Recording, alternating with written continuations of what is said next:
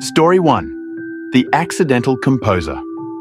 Derek Amato was living an ordinary life, just like any of us, until a life-changing event flipped his world upside down. It was 2006 when Derek dove into a pool and suffered a severe concussion after striking his head on the bottom. The injury left him with memory loss and a patch of missing hair, but it also triggered something extraordinary.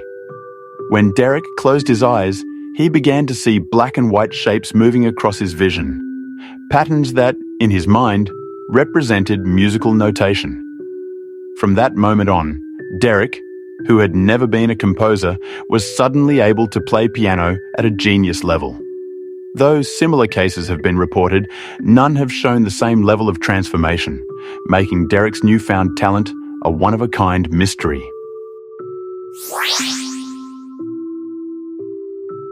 Story 2. The Dingo Took My Baby.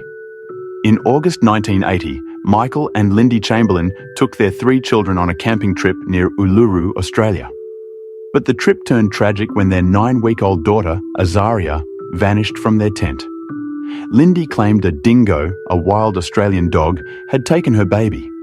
While the initial medical examiner supported Lindy's story, authorities weren't convinced. Lindy was charged and convicted of murdering her daughter, despite the absence of a body. But in 1986, the truth began to unravel. During the search for a missing tourist near Uluru, Azaria's torn dress was found near a dingo den. The evidence finally cleared Lindy's name, and in 2012, Azaria's death certificate was officially changed to reflect death by dingo.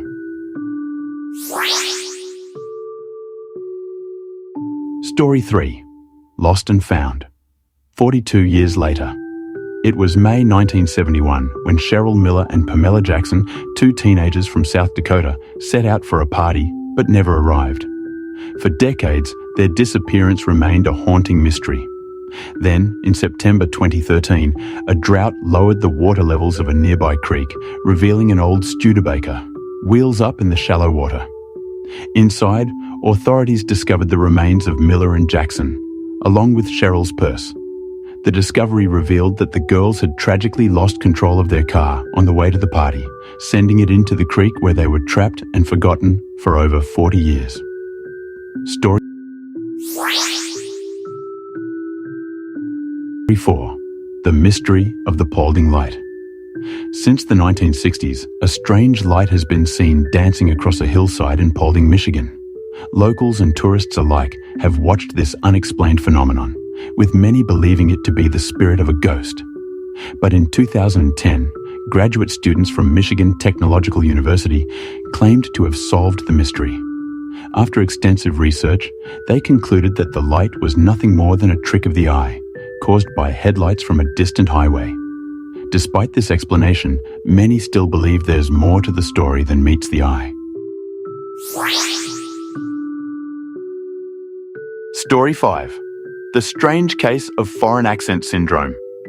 Imagine waking up one day speaking in an accent you've never used before. That's exactly what happened to a Norwegian woman named Astrid during World War II. After suffering a brain injury from shrapnel, Astrid, who had never left Norway, began speaking with a thick German accent. This strange turn of events left her ostracized by her community, as Norway was under German occupation at the time. Known as foreign accent syndrome, this rare brain disorder occurs most often after a stroke or traumatic injury. With only about 100 documented cases worldwide, it's one of the rarest and most bizarre conditions known to medical science.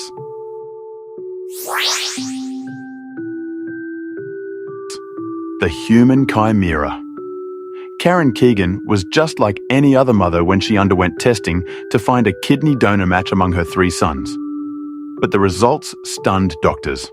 While the boys were brothers, 2 of them were not biologically related to Karen. It turned out that Karen was a chimera, meaning she was composed of 2 distinct genetic lines. This rare condition likely occurred because 2 fertilized eggs fused early in her development, creating a single individual with 2 sets of DNA. As of 2014, only about 100 cases of human chimeras had been officially documented, making this one of the rarest and most intriguing genetic phenomena. I was driving home late one night, around 2 a.m., on a stretch of rural road. It was foggy, and I could barely see a few feet ahead of me. As I was driving, I noticed something in the middle of the road up ahead. I slowed down and saw it was a woman standing perfectly still, wearing an old-fashioned white dress. Her face was pale, almost glowing in the darkness, and she didn't move a muscle. I rolled down my window and asked if she needed help, but she just stared at me with this blank expression. No response, no movement, just cold, empty eyes. I got a chill down my spine, so I decided to drive around her and get out of there. When I looked in my rearview mirror, she was gone. No trace, no sign of her anywhere. I drove straight home and tried to shake it off, but I couldn't sleep that night. I checked the local news the next day, thinking I might find some explanation, but there was nothing. No accidents, no missing persons, nothing to explain who or what I saw. This happened to me when I was a kid. My family lived in a really old house, the kind with creaky floors and doors that never quite fit their frames. One night, I woke up to the sound of someone crying. It was soft at first, but it grew louder, almost like it was coming from inside my room. I was terrified, but I didn't want to move, so I just lay there, paralyzed. Eventually, I worked up the courage to turn on the lamp beside my bed. The crying stopped immediately. I looked around the room, nothing was out of place. I tried to tell myself it was just a bad dream, but the sound had been so real, so close. It wasn't until years later that I found out the house had a tragic history. A little girl had drowned in the well behind the house, about 50 years before we moved in. Her family had owned the house before us, and apparently, her room was the one I slept in. I still get chills thinking about it. This one still freaks me out to this day. I used to work night shifts at a small 24-hour gas station. It was usually pretty quiet, especially after midnight, so I'd just sit behind the counter and try to stay awake. One night, around 3 a.m., a man walked in. He was tall, wearing a long coat and a wide-brimmed hat that cast his face in shadow. He walked straight up to the counter, didn't say a word, just stared at me. His eyes were this piercing blue, almost glowing. After what felt like an eternity, he finally spoke. He asked me in this low, gravelly voice, "Do you believe in ghosts?" I didn't know what to say, so I just kind of stammered out a no. He stared at me for another few seconds, then smiled, a slow, creepy smile. "You should," he said, and then he turned around and walked out. I watched him leave, but when I got up to check the parking lot, there was no car, no sign of him anywhere. It was like he vanished into thin air. I quit that job not long after.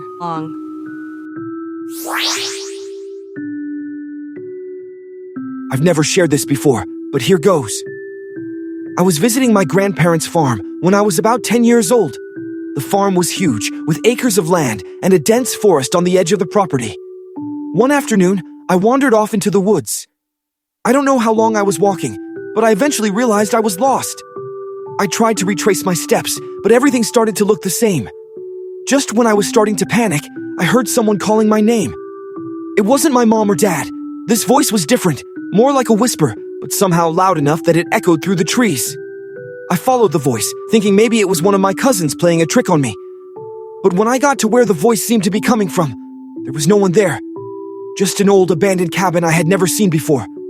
I was about to go inside when I felt this overwhelming sense of dread, like if I went in there, something bad would happen. So I turned around and ran as fast as I could in the opposite direction. Somehow, I found my way back to the farm. When I told my grandparents what happened, they got really quiet and told me never to go into those woods again. To this day, I have no idea who or what was calling my name. Her name is Nan Adams.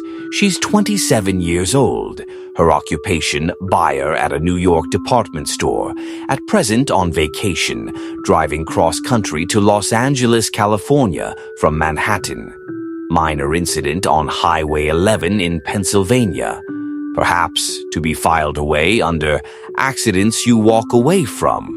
But from this moment on, Nan Adams's companion on a trip to California will be terror. Her route, fear.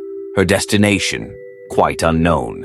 Nan Adams was on a cross-country road trip from New York City to Los Angeles when her journey took an unexpected turn.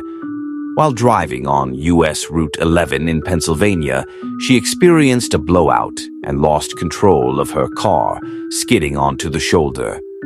Fortunately, she survived the ordeal, and a mechanic arrived to help. The mechanic, surprised by her survival, remarked, "You shouldn't have called for a mechanic. Somebody should have called for a hearse." He directed her to follow him into town for a new tire. As Nan drove away from the blowout site, she noticed a shabby, strange-looking man hitchhiking. She brushed off the encounter but soon saw the same hitchhiker again at the service station in town. When she mentioned him to the mechanic, he claimed he didn't see anyone. Unnerved, Nan continued her trip, only to see the hitchhiker multiple times as she drove through Virginia and beyond. Nan's fear grew each time she spotted the hitchhiker. At one point, while stopped at a railroad crossing, she saw him standing on the other side of the tracks. Panic set in when her car stalled on the tracks as a train approached. Miraculously, she restarted the car and backed up just in time. Convinced the hitchhiker was trying to kill her, Nan drove on, increasingly paranoid and stopping only when absolutely necessary. Yet, every time she stopped, there he was, always ahead of her. In New Mexico, Nan took a side road but ran out of gas. She reached a closed gas station on foot and roused the proprietor, who refused to sell her gas at such a late hour. Desperate and frightened, she encountered a sailor on his way back to San Diego. She offered to drive him there in exchange for protection. The sailor agreed and persuaded the station attendant to provide gas. As they drove, Nan confided in the sailor about her fears. When she saw the hitchhiker again, she swerved toward him, but the sailor, unable to see the man, questioned her actions. Realizing Nan's state of mind, the sailor grew fearful and decided to leave her, despite her pleas for him to stay. In Arizona, Nan stopped to call her mother in Manhattan. The woman who answered the phone delivered shocking news. Mrs. Adams was in the hospital after a nervous breakdown triggered by the death of her daughter, Nan, 6 days ago. Nan had died in the car accident in Pennsylvania. Stunned, Nan realized the horrifying truth. She hadn't survived the blowout. The hitchhiker wasn't a menace trying to kill her. He was the personification of death, patiently waiting for her to accept her fate.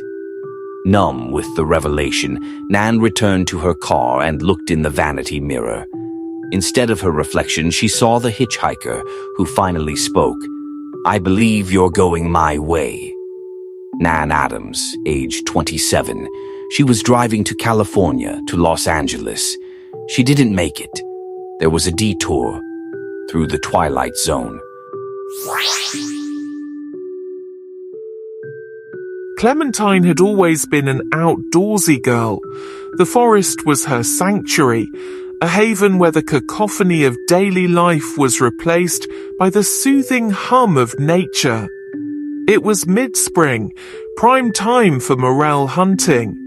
Armed with a wicker basket and a well-worn field guide, she ventured into the dense woods of the Midwest, where the canopy was just beginning to unfurl its verdant leaves.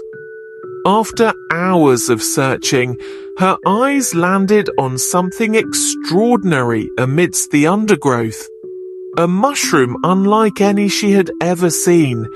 It was shiny, almost metallic, and it shimmered in the dappled sunlight. Her fingers brushed over the smooth surface, feeling a peculiar warmth. Engraved on its cap was an inscription in an unfamiliar script. Intrigued, Clementine snapped a photo and later, with the help of the internet, deciphered the message. "Whoever finds this magic mushroom is granted 3 wishes. Choose them quickly but carefully too, for these wishes are certain to always come true." Her heart raced. Could this be real? The thought of 3 wishes was intoxicating. She could scarcely believe her luck. With a breathless whisper, she made her first wish: wealth. Instantly, her phone buzzed with notifications. An email from an unknown benefactor announced a staggering inheritance from a distant relative she had never heard of. Ecstatic, she didn't notice the shifting shadows in the forest or the eerie silence that fell. Her excitement was short-lived. As she returned to her car, she found it vandalized, her tires slashed, and windows shattered. The police shrugged it off as random vandalism, but Clementine couldn't shake the feeling that it was connected to her wish. Undeterred, she made her second wish: love. The next day, an old flame named Everett contacted her out of the blue. Their reunion was passionate, intense, and quick. But as the days turned into weeks, his affection grew suffocating. He became possessive, controlling, and ultimately violent. The love she had wished for morphed into a dark obsession, leaving her bruised and terrified. Desperation clawed at her. She had one wish left and needed it to count. Fame, she decided. If she were famous, maybe the wealth and love would sort themselves out. Her phone lit up with notifications again. Interview requests, acting roles, and more. She was thrust into the limelight almost overnight. But with fame came a loss of privacy, relentless scrutiny, and an onslaught of stalkers and threats. It seemed that no matter what she said or did, people cheered for her. People's smiles looked odd to her, almost plastered on their faces when she was around. Interviews could hardly be finished because of the incessant cheering from fans everywhere she went. And the man who loved her, Everett, had turned into a madman who was completely and utterly obsessed with her. Each wish granted had turned into a nightmare, twisting her desires into grotesque realities. Clementine's mind was unraveling, the joy of her newfound fortune tainted by a growing paranoia and fear. The final straw came when she found her apartment ransacked, her personal belongings destroyed, and a chilling note left behind. "You belong to me." She knew it was from Everett. Panicked and delirious, she decided to flee back to the forest, clutching the cursed mushroom. The metallic cap now felt cold, alien. She knew she had to rid herself of it, but how? Digging a deep hole with her bare hands, she buried the mushroom, her fingers bloodied and raw. As she stumbled back to her car, a sense of eerie calm washed over her, but not for long. She thought she had managed to sneak away, but behind her a large mob of adoring fans came running through the forest to get to her. Everett was among them, his eyes wild and crazy and fixated on Clementine. They were all shouting crazy things at her like, "We adore you. I want to pick with you, please. Marry me." And oh my God, it's really her. They seemed driven by some relentless desire to be near her. She started running through the dense woods. She was bumping into branches and her feet were aching as she tried to meander through the trees and away from her admirers. Suddenly she could hear the sound of rushing water up ahead. The waterfall! She had forgotten about it. And before she could stop herself, she had ran right off the edge of a steep cliff. Her admirers were still smiling and even taking pics of her as her body plummeted all the way down into the shallow pool of water far below them. Clementine's story ended not with a bang, but with a whimper. Her body was found days later, lifeless, washed up on the water's edge, her face still holding the look of terror from the horrific fall. Years later, locals whispered of curses and ill-fated wishes.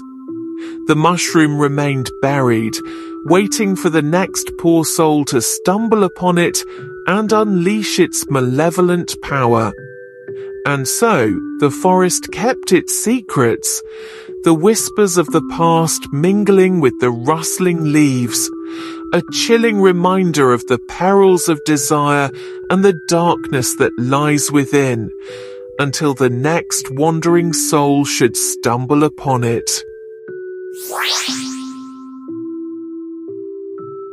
In the small rural town of Willow Creek, two little girls, Molly and Abby, stumbled upon an ancient well. Whispering voices echoed from the well's depths, articulating their cravings in spine-tingling tones. Intrigued and drawn into the voices' sinister sweet talk, the girls began lowering a bucket full of items the unseen entities desired. Books, electronics, tools, and other random items. To their astonishment, the bucket would always return filled with shimmering gold pieces and precious gems, along with a hand-written thank you note signed with a strange symbol at the bottom. One day, a mean-spirited bully named Emmett overheard Molly and Abby whispering about the well's secrets and riches. He was constantly tormenting them, calling them names, playing tricks, and beating up whoever got in his way. Blinded by greed, he decided to sneak into the well. That afternoon, when the two sweet girls returned, they hoisted the overflowing bucket. Along with the usual treasure, they found Emmett's torn and empty clothes. The voices in the well then gleefully thanked the girls for the delectable feast they had sent down. They were left holding the remains of the bully, shivering in terror as they realized what had become of Emmett. But they smiled. He would never tease them again now, would he? The girls' laughter mingled with the loud laughter of the voices in the well as the sun set behind them. Bye-bye, Emmett.